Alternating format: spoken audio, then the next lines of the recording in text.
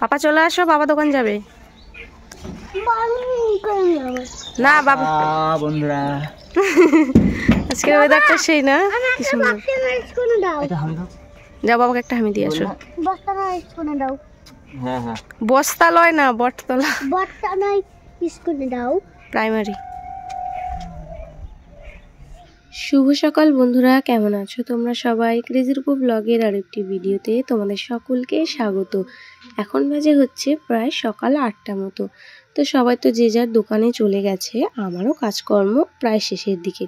আজকের ওয়েদারটা কিন্তু দারুণ, বেশ কুয়াশা টুয়াশা সেরকম নেই, মনে হচ্ছে কড়া রোদ বেরোতে পারে। তো যাই হোক, সকালবেলার বাসি কাজকর্ম যেহেতু হয়ে গেছে, আর এত সকালে তো রান্নাও বসাবো না, তো সেই কারণে ভাবলাম যে না, আগের দিনে জামা কাপড়গুলো জড়ো হয়ে আছে সেগুলোই আগে গুছিয়ে নিই। আর ওদিকে দেখো বাইরে পিকলুর দিদিমণি চলে এসেছে, তো ওরা এখন প্রাইভেট পড়ছে, সেই কারণেই ভাবলাম বাইরে আর মোবাইলটা নিয়ে বসে ওদেরকে ডিস্টার্ব না করে ঘরের কাজগুলো করে নিই। আর এই যে লাল শাড়িটা দেখছো, এটা আমাকে আমার শাশুড়ি মা দিয়েছিলেন। তো যাই হোক, এটা পরে আগের দিন কয়েকটা রিলস বানিয়েছিলাম, তো তারপরে পরেই ছিল, ওই জন্য কালকে ধুয়ে দিয়েছি। তো সেটা আর গোছানো হয়নি, আরও অনেক জামা কাপড় রয়েছে, তো ভাবলাম কাপড়গুলো গুছিয়ে নিই, নাহলে আবার পরেই থাকবে। তো চলো, অনেক জামা কাপড় রয়েছে, এগুলো গুছগাছ করতে আমার অনেকটা টাইম লেগে যাবে। তো তোমরা সঙ্গে থাকো আর কন্টিনিউ ভিডিওটা দেখতে থাকো, আশা করছি খুব ভালো লাগবে।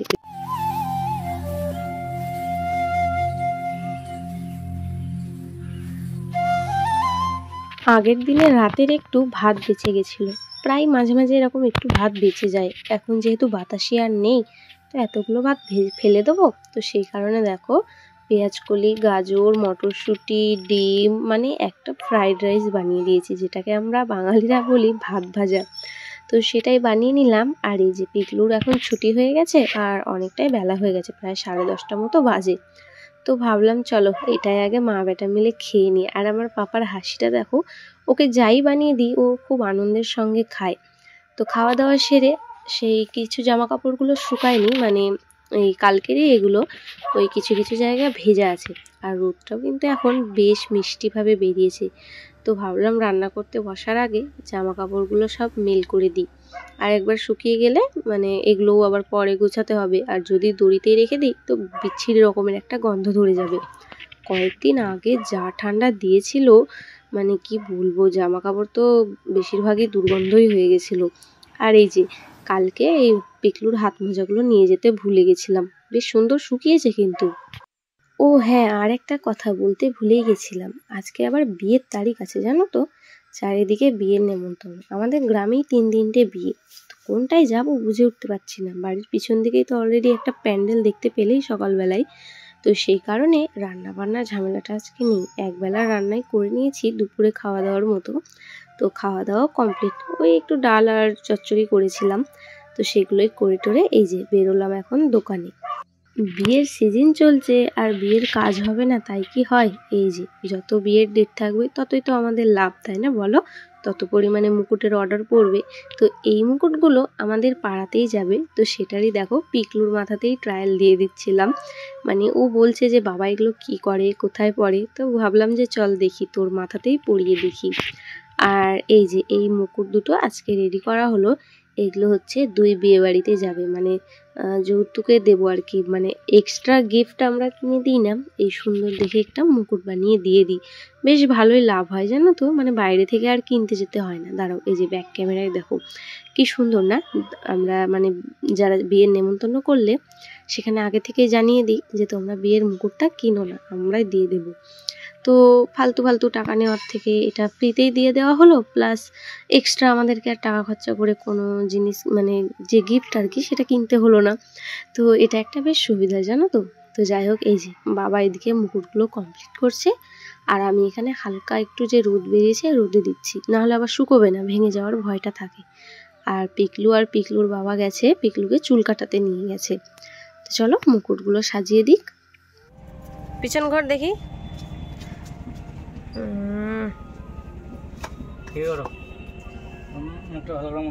দেখি কেমন লাগছে। আরে ভালো লাগছে। 3 বিয়ে বাড়ির মধ্যে মনে হয় দুটোর মধ্যে যাওয়া হবে, তো সেখানে দুজনের জন্য দুটো আলাদা রকম ডিজাইন করা হয়েছে। আর বাদ বাকিগুলো এমনি নর্মাল ডিজাইনের যেগুলো পাইকারি দেওয়া হয় আর কি, সেগুলোই। তো এদিকে মুকুট একদম ফাইনাল রেডি। তোমাদের দাদাভাই ওদিকে চূড়াগুলো বেঁধে দিল, আর এই যে চুল কেটে এসেছে জন্য ব্যাটার চুল আঁচড়ে দিচ্ছে যে কেমন লাগছে দেখতে। তার মধ্যেই আবার দাদুর নাতি একটা বায়না ধরেছে, মানে পিকলু এখন হাতি বানিয়ে দেওয়ার জেদ ধরেছে। এখন শোলা দিয়ে কিভাবে হাতি বানাই বলো তো। তো যাই হোক, বাবা তো মানে ভীষণই মাথা খারাপ হয়ে গেছে, কিভাবে কি করবে বুঝে উঠতে পারছিল না। তো ফাইনালি দেখো এদিকে বুদ্ধি বাড়ি মানে কোনো একটা বুদ্ধি বের করে হাতি বানাতে বসেছে। হাতির লেজ আছে তো দাদা, কাগজের লেজ দাও, কাগজের। না না কাগজের না, সোনার লেজ। দাদু সোনার লেজ দাও। হ্যাঁ সবগুলো দিয়ে দেবো। কি এটা? হাতি। কি মানে হাতি? এলিফ্যান্ট। এলিফ্যান্ট বানান বলো তো।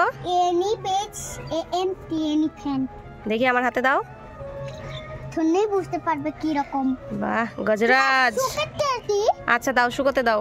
ওখানে আস্তে করে রাখো, ওখানেই রাখো, নিচেটায় রাখো। হ্যাঁ পাগলা আমার, হাতি পেয়ে কত খুশি দেখো, কি ভালো লাগে না? এই বাচ্চা কাচ্চারাই তো বাড়ির প্রাণ, তাই না? আর এই বাচ্চা কাচ্চাদের মানে যেই বাচ্চারা দাদু নাতি ঠাকুমা এদের ভালোবাসা পায়, তারা সত্যিই খুব ভাগ্যবান, জানো তো। এই ভালোবাসাটা না আমরা পাইনি। তো যাকে ছাড়ো সব কথা। এদিকে হাতিটা, ওর সাদা হাতি পছন্দ হচ্ছিল না, সেই জন্যে ওর বাবা আবার এখানে হাতিটাকে ঝিকঝাক করে দিয়েছে। মানে এটা হচ্ছে পিকলুর বাক্য যে হাতিটা ঝিকঝাক করে দাও। তো কি করে করবো, ওই যে মুকুটের যে চুমকি করি সেটা দিয়েই সাজিয়ে দিল। ছেলের আবদার না মেটালে হয়।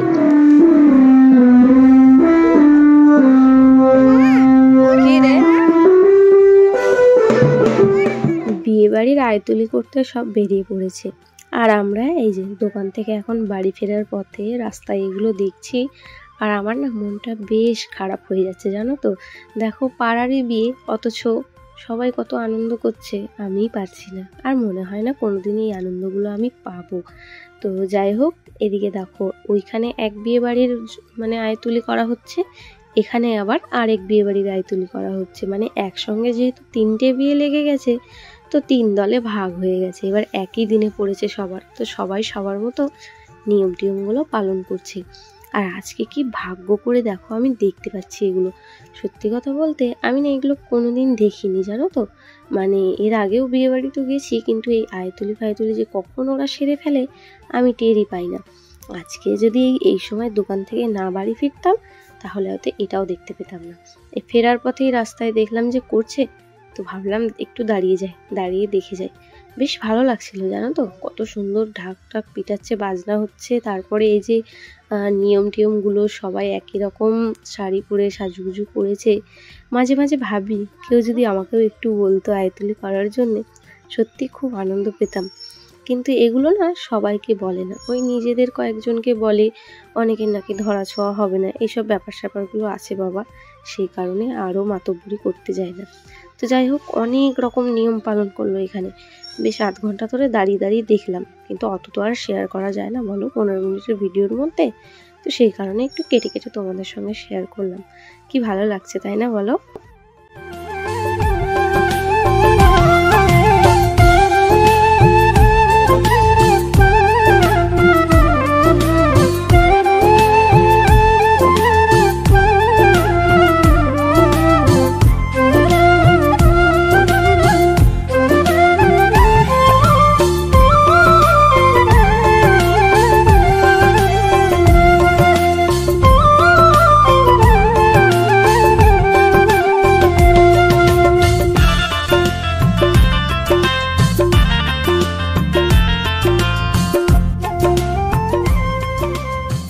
আমার পিকলুটা আবার নাচতে খুব ভালোবাসে, জানো তো।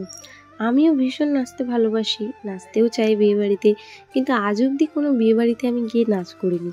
তবে মনে এই ইচ্ছাটা আছে। আর পিকলু দেখো, ওকে বারবার আমি টেনে নিয়ে আসছি, ও বারবার চলে যাচ্ছে। আমার তো বেশ ভয়ই লাগছে, নিয়ম কানুন করছে, যদি কিছুতে পাটা তুলে দেয় একটা কেলেঙ্কারি ঘটে যাবে না বলো তো। তো কারণ একটা শুভ কাজে যদি এরকম একটা বাধা পড়ে, তো ওদেরও মনে একটা কষ্ট হবে। তো সেই কারণে আমি ওকে বারে বারে সামলে রাখছি। তবে যাই হোক, এখানে দেখো বয়স্ক থেকে শুরু করে এই যে নাচছে বয়স্ক দিদা টিদারা, এরা কত আনন্দ করছে তাই না। মনে মনে ভাবছি ইস আমিও যদি একটু যেতে পারতাম এখানে। তো যাই হোক, যাকে ছাড়ো, রাত্রিবেলায় তো আবার বিয়ে বাড়ি যেতে হবে তাই না। তো এখান থেকে বাড়ি গিয়ে সোজা পিকলুকে পড়তে বসিয়ে দিয়েছিলাম, দিয়ে ঘরের কিছু কাজ ছিল সেসব সমস্ত কিছু করে টোরে তারপরে আবার রাত্রে বিয়ে বাড়িতে বেরিয়ে পড়েছিলাম। তো সেসব কিছু রয়েছে ভিডিওতে। এই যে দেখতে দেখতে রাত হয়ে গেল আর চলে এসেছি বিয়ে বাড়িতে। বেশি দূরে নয়, পাশের বাড়ির বিয়েটাতেই গেলাম। আর যেগুলো নেমন্তন্ন ছিল সেগুলো দূরে দূরে, তো সেই কারণে ভাবলাম ঠান্ডার মধ্যে দূরে যাওয়ার থেকে এখানেই আসি।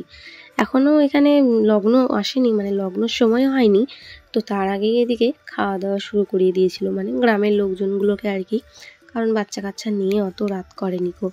তো সেই কারণে দেখছি আমরা যেতে যেতে 2 ব্যাচ খাওয়া দাওয়া হয়ে গেছে, প্যান্ডেল পুরো ফাঁকা। তো সেই কারণে আমরাও বসে পড়লাম, না হলে না পরে অসুবিধা হয়। কারণ এখন আবার দেখেছি ওই সিট ধরার ব্যাপারটা খুব প্রচলিত রয়েছে, মানে খেয়ে উঠতে না উঠতেই পিছনে এসে দাঁড়িয়ে থাকবে, যে বলবে এই জায়গাটা কিন্তু আমরা বসবো।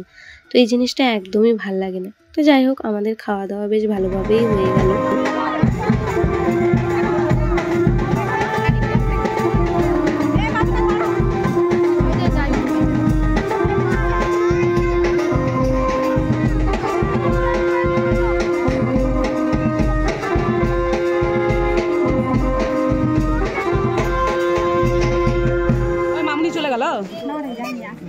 দেখাই তো পাই না, কেমন করে ভিডিও তুলবো? সামনে আই, তুমি ভিডিও তুলতে পারছো না? না আমি ছোট বড় মানুষ, সবার খালি মাথায় উঠছে। এই তো এবার এসছে। হ্যাঁ তো সবার মাথায় উঠছে। ও মাথা দিয়ে ছাই দেবা, বলবা এটা সবার মাথা, বরের মাথা বুঝাই। এখানে ঢুকো, এখানে ঢুকো। হ্যাঁ এই তো এবার আসছে রে। ওরে বাবা,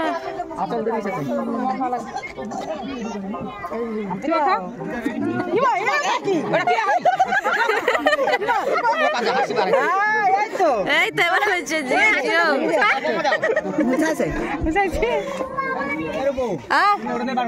আচ্ছা আচ্ছা যাও, আমি যাও একটা দাও এবার। চালনটা লাগবে তো জামাই বাবা কম মিষ্টি খাতে একবার ডাকে না, দিদার মিষ্টি খাওয়াবে তেল দেখিয়ে খাওয়াবে না। 8:19 আরে গোটা গোটা ধরে পড়ে দাও, গোটা চামচ কাটলে হবে। আর মিষ্টি এখন খাওয়াতে হবে না, পরে খাওয়াও, গোটা পড়ে দাও। থামেন আহা সেই সিন তো পরে পরে খাওয়াবেন, পরে খাওয়াবেন। আর পরে কখন খাওয়াবো? ভোরের বেলায়। আচ্ছা ম্যাম খাওয়ান, লগ্নের মধ্যে বসতে পারবে। লগ্ন দেরি আছে হয়ে গেছে, আবার পরে করেন। এখন লগ্ন মণ্ডপে দিদা একটু খাওয়াই দিতে দাও দাও দাও।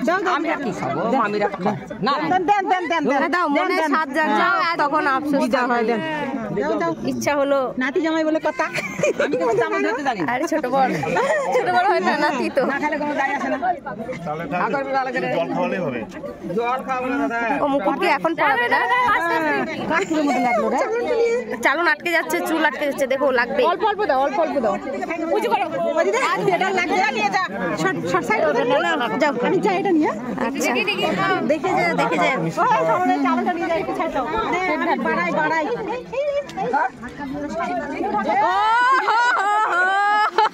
জিও জিও না, শাবাশ।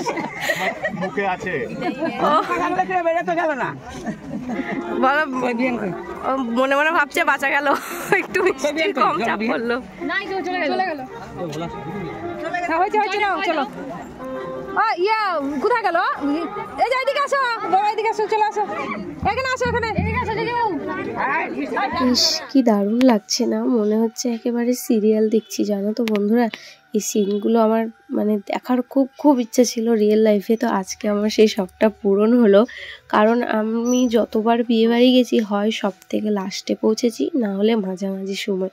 এইরকম বরযাত্রীর এন্ট্রি, তারপরে মানে বরকে বরণ টরণ করা, এসব আমি এই ফার্স্ট টাইম দেখলাম। মানে আমি চান্সই পেতাম না এরকম। আমি যখনই যেতাম বিয়ে বাড়িতে আগা পিছু হয়ে যেতাম, তোমরা তো দেখেছো আমার ভিডিওগুলোতে, সবার লাস্টে গিয়ে আমরা পৌঁছাতাম। তো যাকগে, আমার তো বেশ ভালো লাগছে, খুব খুব এনজয় করেছি বিয়ে বাড়িতে। তো যাই হোক, চলো এবার বর তো ওদিকে ভিতরে চলে গেল, চলো আমরাও পিছন পিছন যাই, বরযাত্রী তো রয়েইছে। এখন সব একবারে ঘেটে ঘ হয়েছে, কোনটা যে কন্যাপক্ষ কোনটা যে বরপক্ষ কিছু আর বোঝাই যাচ্ছে না। যাক, পাশের বাড়ির বিয়েতে এসে ভালোই হলো, দূরেরগুলোই গেলে হয়তো শুধু খাওয়া দাওয়াটাই হতো, এইসব জিনিসগুলো আর দেখতে পেতাম না। এই বরযাত্রীর এন্ট্রি, এত ভিড় ভাট্টা হই হুল্লোড়। তো যাই হোক, একটু আগেই যে ছাদনাতলা দেখলে একদম শ্মশান হয়েছিল, এখন দেখো কত সুন্দর ভরে গেছে একদম।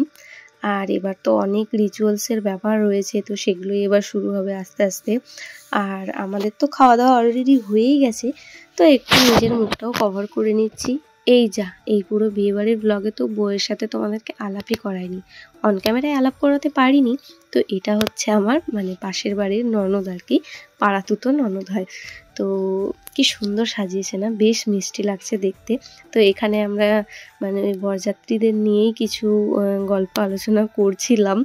তো তারপরে বাইরে বেরিয়ে এসে ছবি টবি তুলে বাইরে বেরিয়ে এসে দেখি বর তো ছাদনাতলায় বসে পড়েছে, আর এত নিয়ম পালন করছে, মানে গোত্র চেঞ্জ এটা সেটা। তো লগ্ন তো অনেকটা রাত্রে, লাস্টে আমার ধৈর্য হারিয়ে গেল, আমি আর দাঁড়িয়ে থাকতে পারলাম না, প্রচণ্ড ঘুম পেয়ে গেছিলো, সেই কারণে বাড়ি চলে আসলাম। আর বাড়ি এসেও শান্তি আছে, এই যে দেখো বিছানার পুরো একদম যাতা অবস্থা, এখন শুধু চেঞ্জ করব আর ঘুমাতে পারলেই বাঁচি। তো যাই হোক, এই একটা গাউনের ওপরে একটা সোয়েটার পরে চলে গেছিলাম, খুব একটা সাজিনি, মন টানলো না, বললাম এখান থেকে এখানে টুক করে বাড়ির পেছনের দরজা দিয়ে গিয়ে ঢুকে পড়বো, সেই কারণেই। তাহলে চলো আজকের মতো ভিডিওটা এখানেই এন্ড করছি। আমিও এই ভারী ভারী ড্রেসগুলো চেঞ্জ করে নিই। আর হ্যাঁ, বিয়ের খাওয়া দাওয়া কিন্তু দারুণ ছিল। আর তোমাদের ভিডিওটা কেমন লাগলো অবশ্যই কিন্তু কমেন্ট করে জানাবে। আর হ্যাঁ, এই বছর কে কটা বিয়েবাড়ির নেমন্তন্ন পেলে অবশ্যই কিন্তু জানাবে। আমি তো এই বছরের প্রথম বিয়েবাড়ি গেলাম, তাও আবার একই দিনে 2-3টে নেমন্তন্ন ছিল। তো যাক, অতগুলো নেমন্তন্ন রক্ষা করা সম্ভব নয়, একটাই করলাম। তো বন্ধুরা, আজকের মতো বিদায় নিচ্ছি, শুভরাত্রি সবাই।